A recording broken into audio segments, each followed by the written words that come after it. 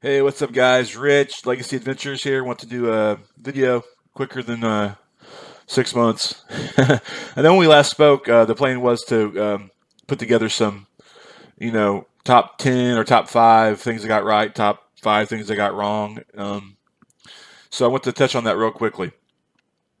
I listened to all my videos from beginning to end, and it was an absolutely horrible experience. In that. I think more than anything, it's just amazing how right you can be, and then a minute later on another distinction be absolutely wrong. And so what I realized is that the personal experience of learning from my mistakes and why I started the channel to begin with, I 100% accomplished that by listening. But I just don't think it's fair, or it makes a lot of sense to do that whole top five and top five wrong. Because here's why: I can edit it. You know what I'm saying? Because there's so many videos. I mean, I didn't do that many videos. There's 18, but they're long form.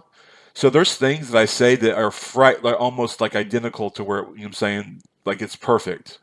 And then there's other things I say that are absolutely ridiculous. Distinctions that I made, decisions that I made. So it's just it can be edited. You know what I'm saying, to make to seem like that you're just a badass, just so on it, or it can be edited to make it seem like that I'm a bumbling idiot.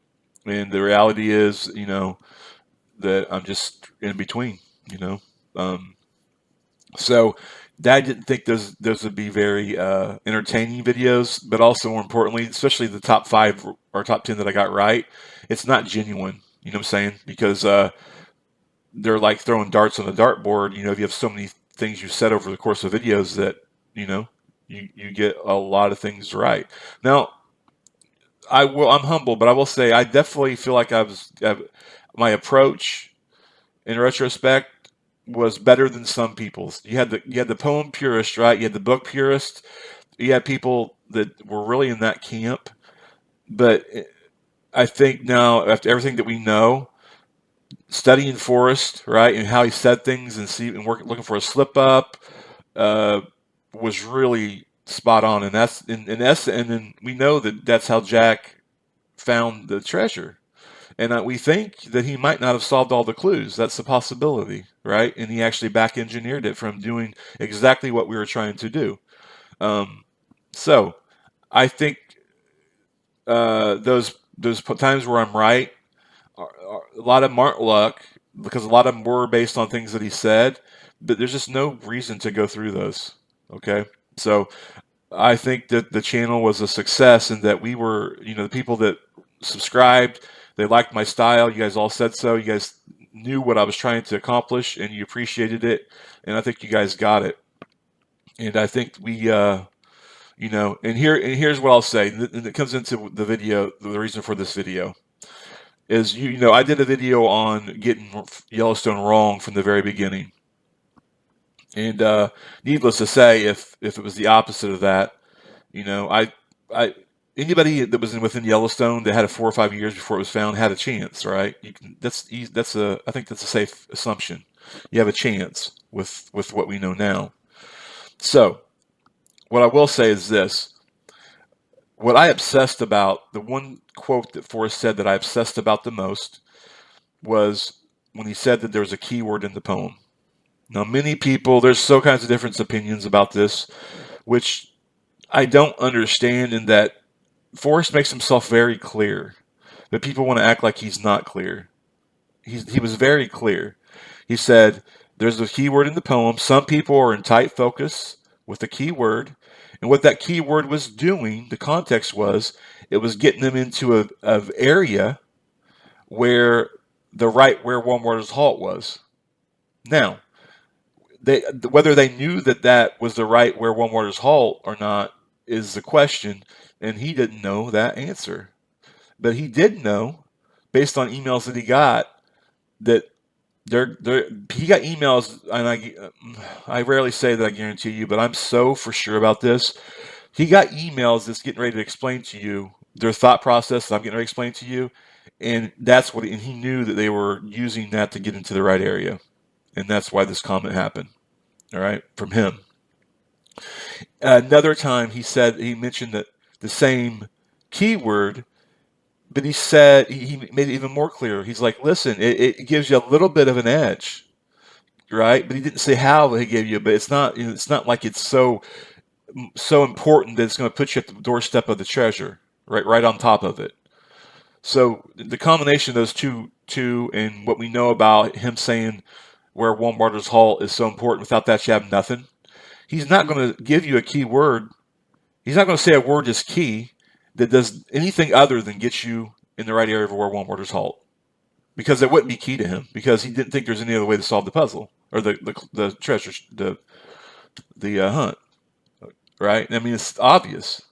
So I think that's obvious that the key word was helping with where warm waters halt, right? So in retrospect, what it was doing is it wasn't getting them in right on it, but it was getting them to identify um, places where warm water halt could be.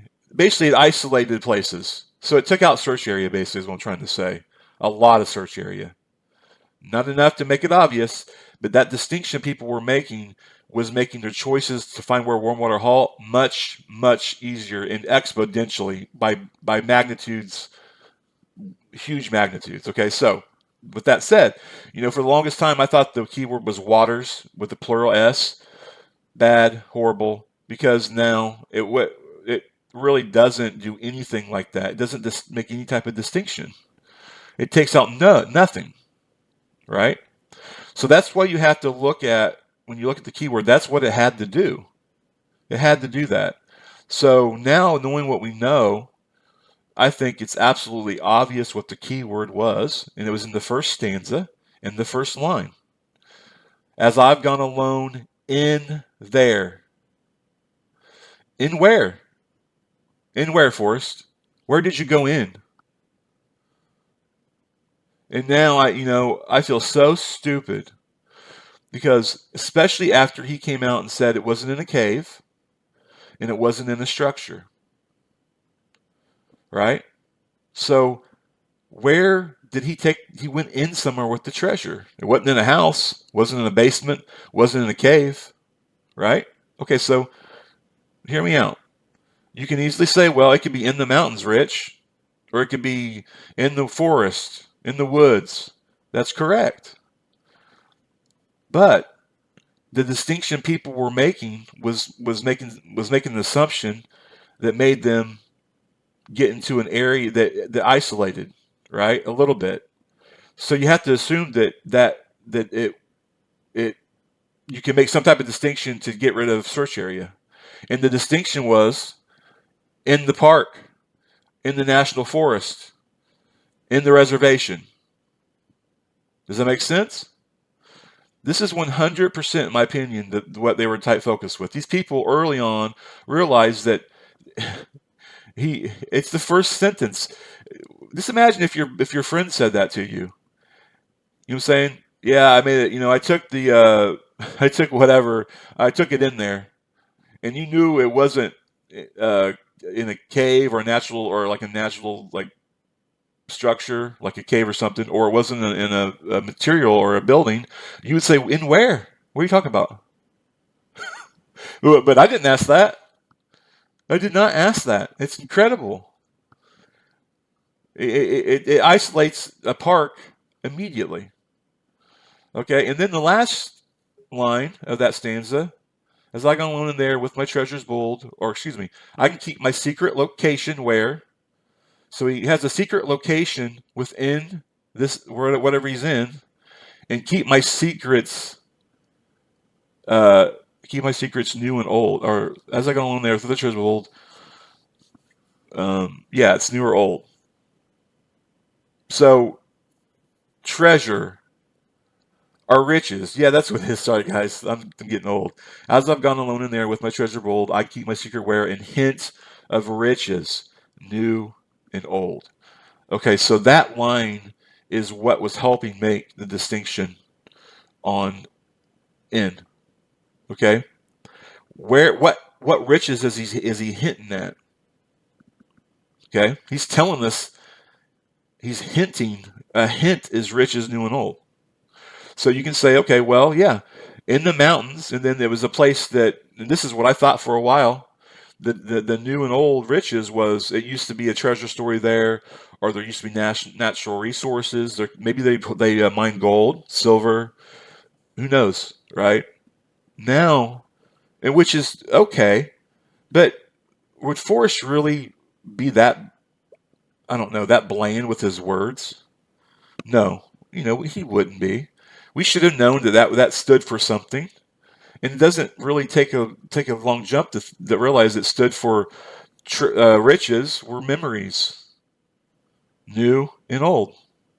So to me, you can say the new riches was the treasure chest. What were the old riches? It was his memories.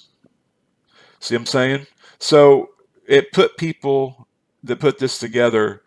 What it did, guys, is that again, it wasn't like a humongous help, but it put people in a situation where they're like, okay, in there, it's probably a national park or it's a national forest, and then based on everything else, Yellowstone was at the top of the list, and it should have been. And then you can make other distinctions, like Terry Scant, right? That's another. When we found out what that was, get out of there quickly. Bam, park. You know, other also he never would say it was buried. Why not?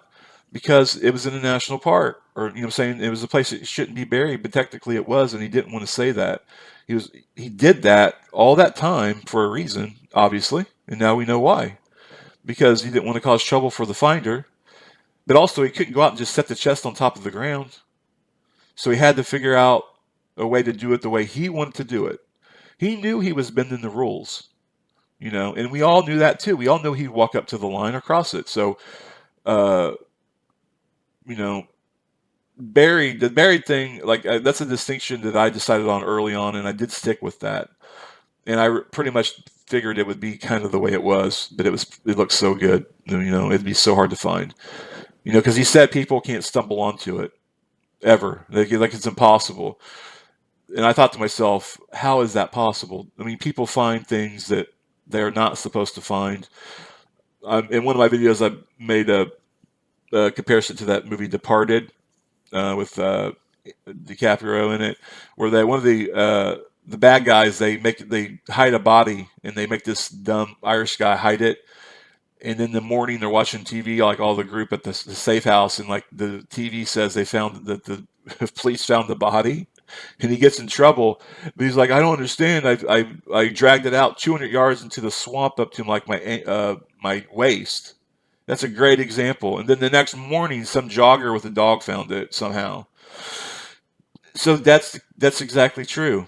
Some kids on a field trip to Yellowstone or any other place could have stumbled upon it if it was out. A hunter, anything, people, all the rangers, you name it, any place it could have been. It's uh, very almost impossible for it not to be stumbled upon eventually, right? So that's that. But guys, it's the key word of the poem is in, and it got people that were in tight focus with it to eliminate a lot of where one water halts area, right? And then they validated it by all the stuff I'm telling you, okay? By the riches new and old, by the book, by like, stuff like that, by not it being buried, and they really had a shot. People that made that distinction really had a shot. If you were obviously, say the first 2 years you made the distinction that it's in a park, but you didn't quite make even though it's so obvious now, but I'm saying you just thought maybe it's in up north in Glacier, right? You still had an advantage because you weren't looking in Colorado. You weren't looking in New Mexico. Okay, so everything he said about that keyword, and later on he made another distinction that this again said it's not that important, but it's just enough. It just does something to help a little bit, and it did. It got people into to make a distinction that it was in Yellowstone. Um, so I will stick by that till the day that I die. The keyword is in because of Forrest is the guy that said to get out of the dictionary and look at every word, and in that context again, I won't go over it again, but especially after it was known that it wasn't in a cave or in a natural structure or in a house or like a barn or anything, an outhouse, anything. And he said cemetery. All right, so um, yeah, it's easy. It could have meant in a mountain range, right, or in a desert or in the woods. But again, the point was that the people that had made, he said that basically the people that decided to let it guide them made the distinction and was in tight focus with it and realized that it meant what it meant. All right. So, and I can go on and on. I actually went through knew all his quotes after this, after I realized this, and looked at every single one. And I mean, everything's easier in hindsight, but it's just amazing. Okay. And then there's one final thing. I was talking to someone over Facebook. Um, I don't know if they want their name mentioned or not, but I'm sure this distinction has been made since this just came out, but I had not made it yet. And it's the 9 clues in the poem. There was 9 clues in this 9 mile hole. I wonder if Forrest meant to do that or not. What do you think? Really? Do you think that Forrest, taking that long to write that poem, didn't manufacture it to where there was 9 clues in its 9 mile hole? I don't know. I think there's part of me that thinks he didn't because it's almost too. Oh man, I just can't believe someone didn't find that sooner. In my opinion, I think there's many people more than what we will ever know that literally were like feet away from that thing. I really do. I think it just took somebody like Jack who just said, "Screw this, I'm grid searching it." He somehow he had the time, the money, whatever. 99.9% of us did not have that time. You know what I'm saying, to do that, and that was what it took. Um, I would love. I mean, there's probably hundreds of people that were right there. I'm sure they've been speaking. I know I don't do message boards or forums and stuff, but I'm sure that there's plenty of stories out there, right? Because, dude, it was right behind Finn Rock. 9 mile hole, 9 clues in there, riches new and old. I mean, it again. Everything looks easy and simple after the fact, but what Forrest knew is that what made it hard was the big the force the size of the search area and confirmation bias in time. He was smart enough to understand that since he had it where he had it and the way it was, that it would take a very long time to find, more than likely. Um, it could have been, but in retrospect, but that could have been found the first year. You know what I'm saying? Someone could have been like, "Oh, in there," after the he said it wasn't in a cave or a house. And they could say, "Oh, in there. That's Yellowstone. Rich is new and old. Oh, well, that's got to be his memories. So old memories. What are they? Oh, okay. 9 mile hole. Fish. Saying fishing bridge. 9 mile hole. Oh, 9 mile hole. Wait a minute. 9 clues. And then they're back there with the metal detector, and it's over. So anyway, man, that's it, guys. I could talk forever about it, but I won't. It's amazing that man said, "Get back in the box. We're making it too complicated." Blah blah blah, and we'd be surprised when we found out. And I always said, "Well, it's going to be one of two things: either it's going to be in West Yellowstone, in a simple place, or it's going to be somewhere crazy, like buried in the front of a museum or something insane." Needless to say, we were surprised that it was as simple as it was, but brilliant. Um, And I commend all the people that were in Yellowstone. I do. Any Yellowstone searchers that stuck with it, especially the ones that didn't live in Wyoming, that lived, like to me, the smartest searcher would be someone that was in Colorado or New Mexico that searched in Wyoming. Because that was another problem with this. There's a lot of confirmation bias based on where you live, which is impossible to fight. Impossible for most people. It'd be impossible for me. Like if I lived in Colorado, I live in Indiana. But if I lived in Colorado, I would have been looking in Colorado probably. So I really commend those, especially that were in those states that were actually in Yellowstone. Anyone in Yellowstone, um, you were on it, man. You had a chance. All right.